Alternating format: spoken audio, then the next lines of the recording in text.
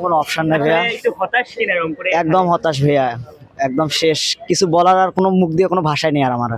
যখন মইন আলী আউট হয়েছিলেন তখন আসলে এটা মনে হয়েছিল না যে মনে হয়েছিল যে আমরা অলরেডি ম্যাচ জিতে গেছি, কিন্তু শেষ সময় শেষ বলে যে এইরকম একটা অবস্থা হবে, একদম আমার মুখ থেকে কোনো কথার মতো বলার কোনো অপশানই নেই, কি আর বলবো। আসলে রংপুরে ভুলটা কোথায় ছিল? এখন ভুলটা এখন কোথায় ছিল সেটা আর কি আর ভাবে বলবো, এখন আমাদের ব্যর্থতা হয়তো বা কোথাও ছিল, এই জন্য আমরা হেরে গেছি। যাক, আমরা হারলেও রংপুর, জিতলেও রংপুর, সারা জীবন রংপুরই থাকবো। আসলে কত উচ্ছ্বসিত সিলেটের অনেক খুশি ভাই, আমি তো ভাবছি হাইরে যাবো, তারপর আল্লাহর রহমতে জিতে গেছি। আসলে কি ভাবছিলেন যে জি না, ভাবি নাই, তারপরে ভিতরে একটা বিশ্বাস আসলে যে আমরা জিতবো। ও যাক ভাই, আমরা জিতছি, এটাই খুশি। ফাইনাল নিয়ে কি প্রত্যাশা আসলে? ফাইনাল নিয়ে আমরা ফাইনাল যাবো ইনশাল্লাহ, আমরা ফাইনাল নিব।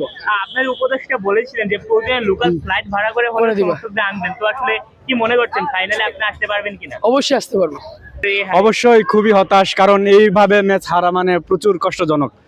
বুঝতে পারি না যে আমরা ভাবছিলাম যে রংপুর ফ্যানরা যে ম্যাচটা উইন হয়ে যাব, কারণ শেষ পর্যন্ত আসে তো এটা তো হারার মোমেন্টাম আমরা বুঝতে পারি নাই, কিন্তু লাস্ট বলে এসে খালেদ একমন ছক্কা মেরে দিল, সব একবার রংপুর ফ্যানদের হতাশ করে দিল।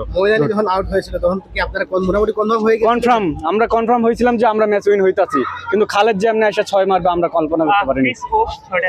জি, এক বলে আসছি, এটা তো হতাশই থাকবো, চিল্লায় গলামলা ফাটাই লাইছি, এক বলে 6 রান এটা আসছি, এটা তো স্বাভাবিকই হতাশ থাকবো। আসলে মনে হয়েছিল কিনা যে আসলে আমরা 6 রান নিতে পারবে সিলেট? না, এরকম কিন্তু মনে করি নাই, কারণ দেখেন আপনার ফাহিম আশরাফ অনেক ভালো বলার, দেখেন 5 বল কিন্তু অনেক সুন্দর করে করছে। মইন আলী যাই জায়গায় ধরেন ভালো একটা ব্যাটসম্যান, মইন আলী ধরেন তারা কিন্তু কিছু করতে পারে না, 6 মারতে পারে না, কোনো কিছু করেন, সেই জায়গায় বলারে 6 মেরে দিয়েছে, কিছু করার নাই ভাই, ক্রিকেট খেলা এটা স্বাভাবিক, এমন হয়।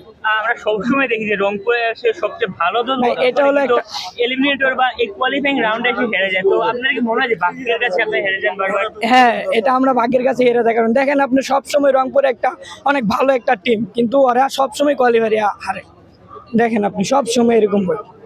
সামনের ম্যাচ এখন আর মাঠে এসে দেখা হবে না, যদি রংপুর টিম থাকতো তাহলে তো মাঠে এসে দেখতাম, এখন বাসায় বসে মনে চাইলে দেখবো আর নাইলেন। আসলে এখন শিরোপার দাবিদার কে? রংপুরটা আসলে বাদ পড়বে গেল, এখন কাকে মনে হয় যে শিরোপা জিততে পারে? এখন আমার মনে হয় রাজশাহী আছে, রাজশাহী অনেক ভালো একটা টিম, ওরা এখন অনেক শক্তিশালী, ওরাই মনে হয়, আমার মনে হয় ওরাই পাবে।